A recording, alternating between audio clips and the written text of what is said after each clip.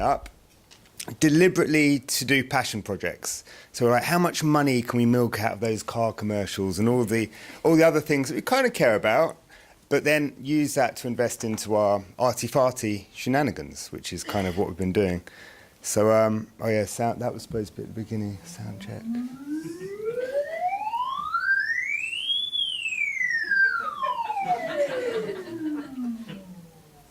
Yep, sound.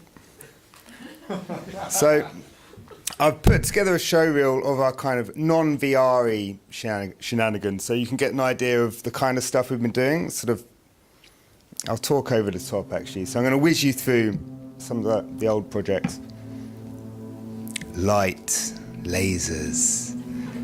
In fact, that little theremin thing at the beginning, there's something super satisfying with that pure connection between movement and sound. And so this installation here was kind of refining that. The vibrations in the lasers were musical. We had little accelerometers in the top, and you'd see that sound as vibrations, except the wooden floor was too wobbly, so it never really worked properly. It was okay, but it didn't resonate like a tuning fork the way it was meant to. Exploration of kind of volumes, architectural forms using multiple beams in space. We've been playing with, probably 50% of our time is spent doing R&D, and then from that, when will.i.am calls up, we're ready for him, and we earn a bit of money to sort of plug back in. So yeah, lots of lights and lasers, quite big scale bits.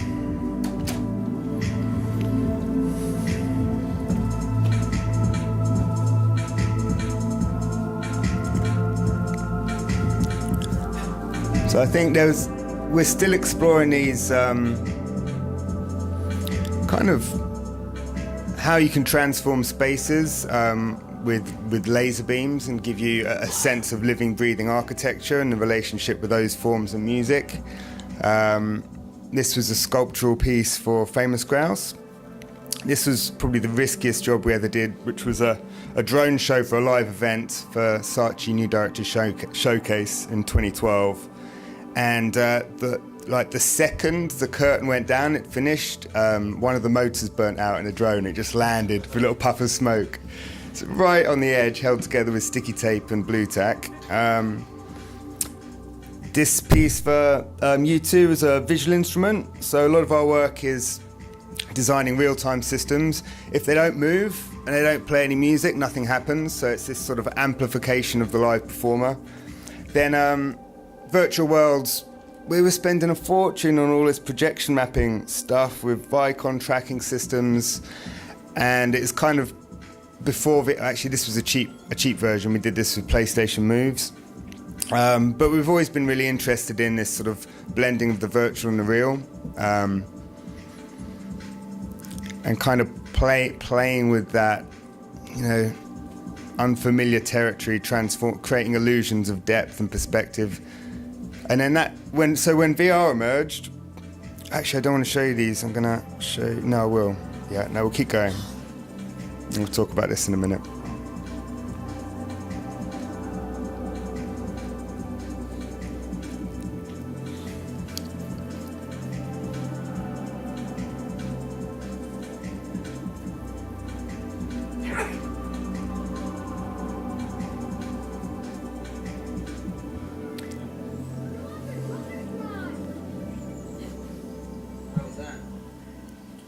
Yeah. So we discovered VR. This is Robbins, my co-founder. He hates me putting this in presentations. I always slide it into his ones and is like, stop it. So yeah, VR, it's great, and it was a lot cheaper than all that motion track projection shenanigans that we're doing. It's like, this is the best. We've been working in real time.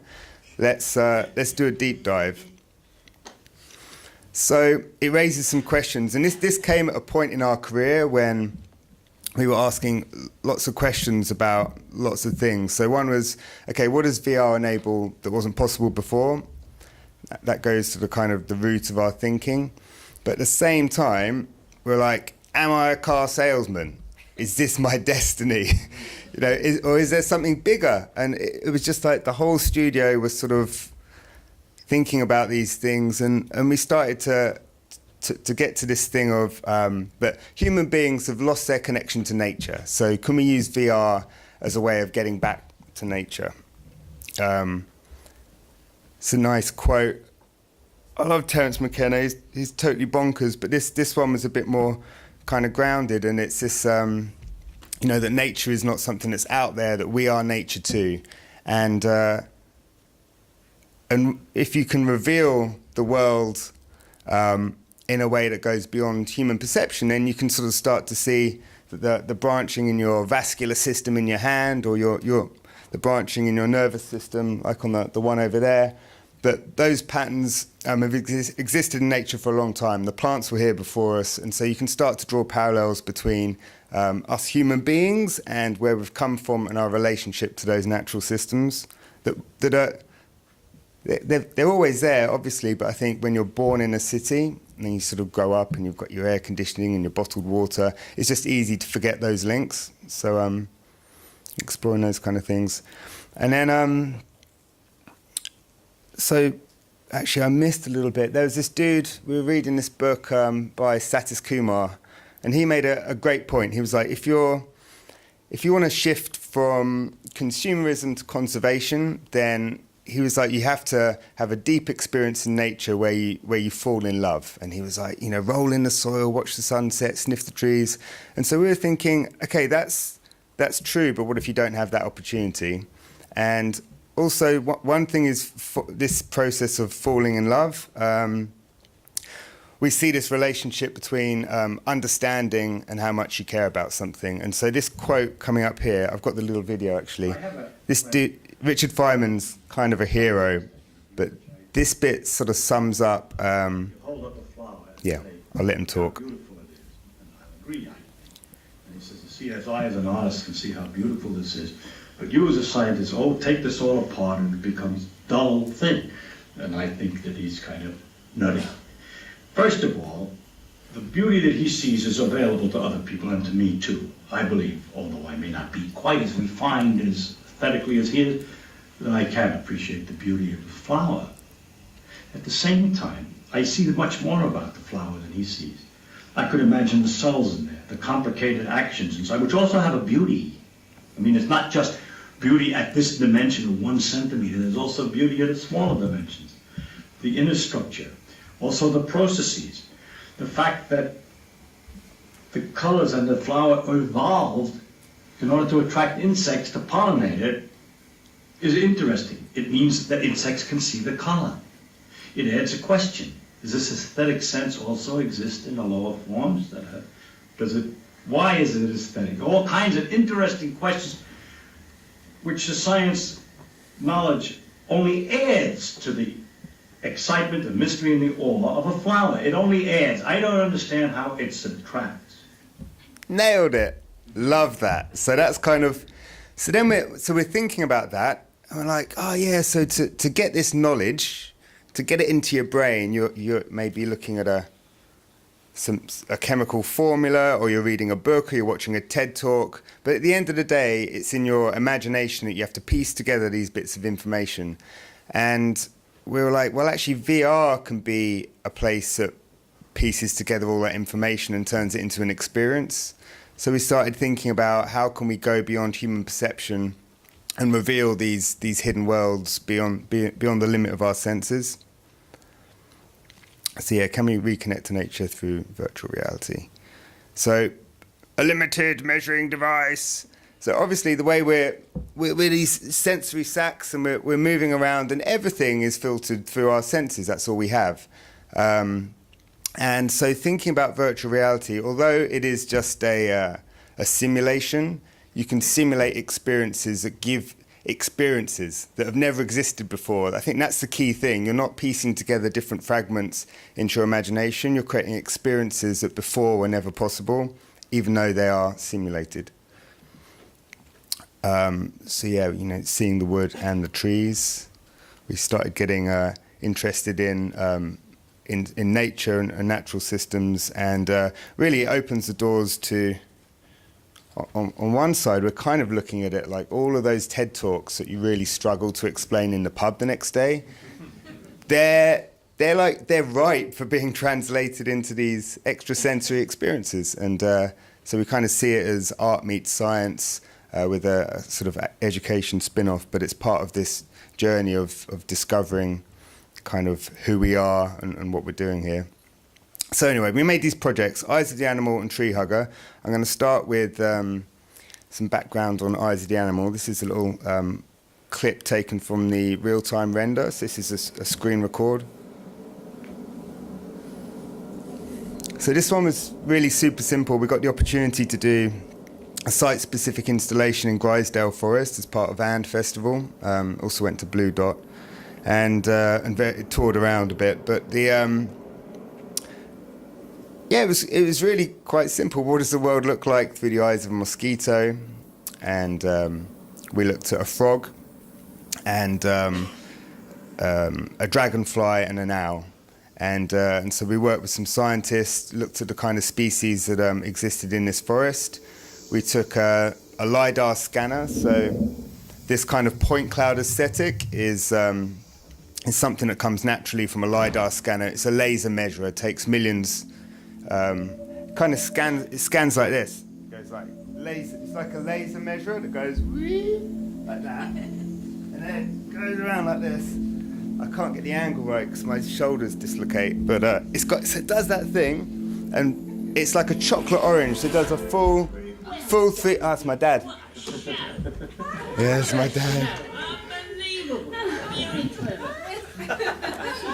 You like that? You like that?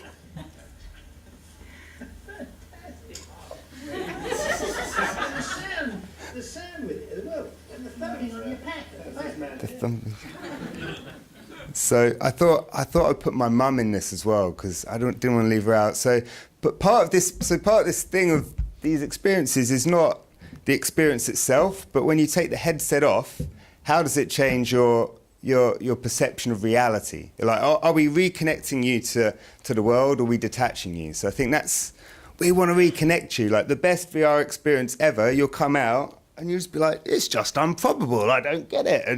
And reality will be so full of wonder that you'll be done with VR because it's never going to be quite as interactive and sensory as the real world. So here's my mum. That initial shot, it felt like you were there at the There's Urson holding a fern, pretending to do audio recording.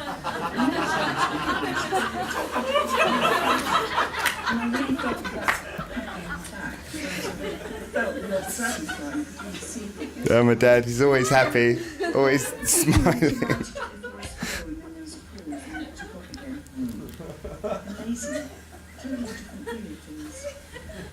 Yep, we're a professional outfit. And yeah, people, in fact, we had some great moments. There was this little old lady with two border collies, and she was just walking in the woods. She didn't even know there was an installation on, and so she sort of said, "Oh, what's in here?" And I was like, "Oh, well, you put the helmet on and you can see the world through the eyes of different animals." So, "Oh, that sounds interesting." So she sits down, and she's in there, and she's like, "Where are my hands? Where are my hands gone? Oh!" And because there's noise-cancelling headphones, you shout everything. So and she starts talking about, "Oh, this is the best thing I've done, except for skydiving. That was really amazing." And her dogs are howling. So it can affect people, even though it's really just a bunch of dots and a kind of pretty abstract representation of what these senses might be. So yeah, that piece, designing in 360, thinking about immersive environments, it doesn't need to be in VR. We were lucky enough to be on Ron Arrad's Curtain Call tour, so we got to see it in different contexts. So, Raindance have been selected for the Tree Hugger. So, the plant kingdom with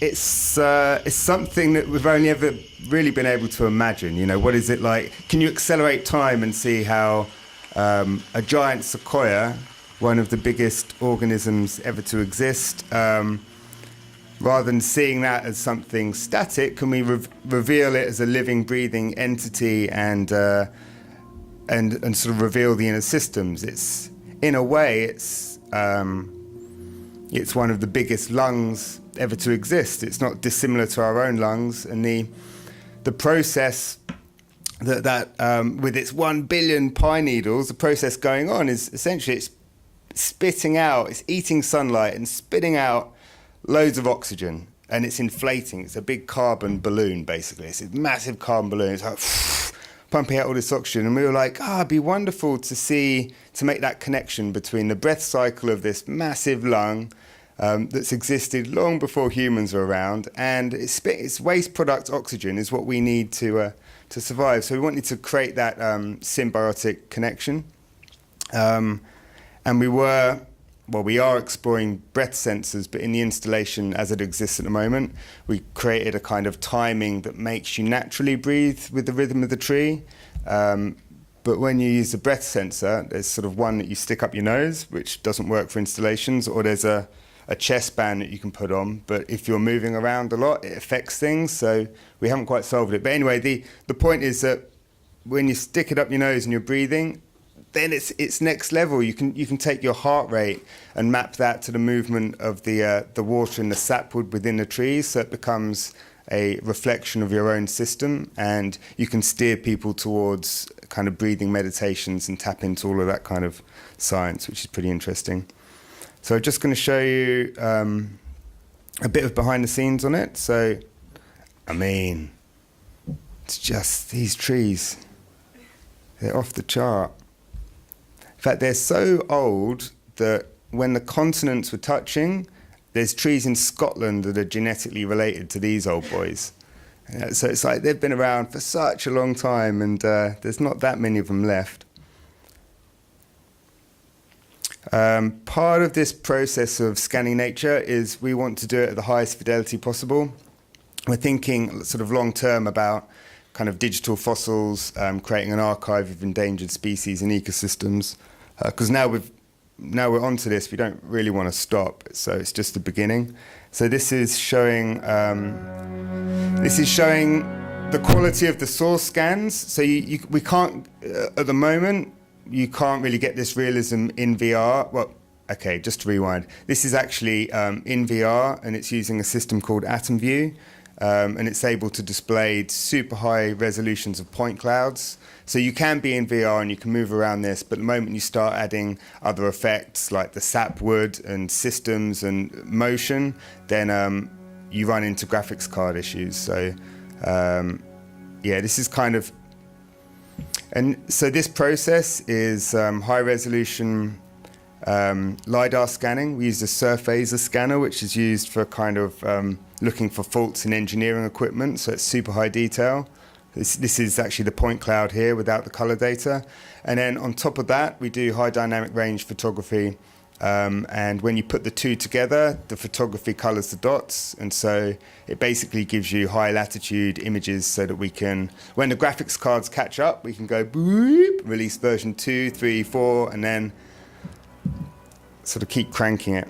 Okay, then there's modeling the systems. So the sort of top right and bottom left, that was the system of the basically the sugars from photosynthesis rolling back down through the root system, and that gets shared into this mycelial network. They kind of call it the Wood Wide Web. With this project, we've just got, we've modeled part of it. The next stage is actually doing an experience of the Wood Wide Web. And also, we want to do a photosynthesis experience where you get down into the kind of quantum level of quantum biology and photons smearing into probability waves and whatnot. Actually, that journey of photosynthesis is super interesting because it is the only energy to come into the biosphere is from the sun. So it's like everything comes through that process of photosynthesis, and it's kind of a funny thing to think about. That without that, then all of the life on Earth it's not happening. So wouldn't it be interesting to go on a journey from human perception through the inner systems of the tree, getting shrunk down so that the arteries in a leaf feel like vaulted cathedrals, and you get into the chlorophyll, and then you're into that space where maths describes what's going on. So you go beyond electron microscopes, and you end up in this world where people are theorizing about quantum biology and stuff. So we're kind of thinking, how can we tie these things so this tree becomes like a tree of knowledge? There's all these different experiences that you can pepper and that we can add to over time. This is some other sort of behind the scenes bits and bobs. That top right one is a CT scan of soil. So we're looking at, and the one below it is a root system. They're actually from the Natural History Museum. We didn't do those ones. But it's just to say that there's all these off-the-chart amazing 3D technologies where you can create 3D assets, see through into things, and so that world that you explore in virtual reality is actually based on a real scan, in a similar way to photography being a representation of reality. This is like a three-dimensional version. And so then when we're thinking about the experience, we've been exploring how to add tactile elements, so that as you're reaching out and you're hugging the tree and you're touching, there's an alignment of the real and the virtual. We actually stuck it in the woods, pretending like we'd done a really cool installation in the woods, but it's not switched on. It was just a photo. But we're going to do it at some point. It was just in a hangar on the right, but it's still, that's cool. So, and actually the intent, we wanted to do it around the real tree. That would be great, because then you've got the smell and the texture of the bark. And we were going to explore this. I'm probably running out of time. I'll see how I do. Smell. So we worked with Sensible Technology. There's some people out in America who are, they've got a patent on the world's smallest piston, and they can, that little Lego block, is basically got 24 cartridges. Sorry, not cartridges. They're kind of like porous sponges, and they push air through them. And so as they can change the air pressure so that you can mix all of these scents depending on where you are within the scene. So if you put your head down near the soil, you get that wet, damp soil smell, and you can push your head through the bark of the tree into the inside of the tree. You get this intense, sappy smell. So we're playing with all that. At the moment, it's almost there, but there's bits which are like, it smells like one of those dangly what's-its in a car. It's got that car air, and so it doesn't really work yet, but it nearly does. So, it's the business bit. So we're kind of, where is all of this going? So we're sort of sitting in the middle of some trends. There's this like thirst for knowledge, TED Talks, and we're fully into that. We're thirsting for knowledge, and we find that process just enriches life. Immersive experiences, Punch Drunk, touring installations, thinking about how can we push the limits of technology and create these kind of opium dens of the future. Like the forefront of what the tech can do is always going to be way ahead of what the consumers have. So that's where we're going to be playing. And then this desire to reconnect to nature. If you don't have that opportunity, then we can create these simulations that can give you experiences that sort of go beyond your human perception. But then all of that jibber jabber, the long-term vision is when mixed reality is working properly, then you're going out to the Sequoia Grove and you're seeing those overlays. You can stop and look at the root system of a tree, and you can look down and accelerate time, see how everything's connected. And I think part of this journey is, when it rolls out onto PlayStation and other formats, we kind of see it as people have the opportunity to plant their knowledge. So you can go into, okay, it's in VR initially, but when you map that back to reality, start thinking about image recognition and AI, then suddenly the real world becomes your educator, and those masters who are like these razor-sharp drill bits, these experts, PhD boffins that are studying stuff, their knowledge can become mapped back to a real experience, but with mixed reality overlays. And then kids can go and go on bike rides in the forest and learn about mycelium or whatever they want to do. I've said all this, blah, blah, blah, blah, blah. Oh, that's it. That's it. Oh, I'm done.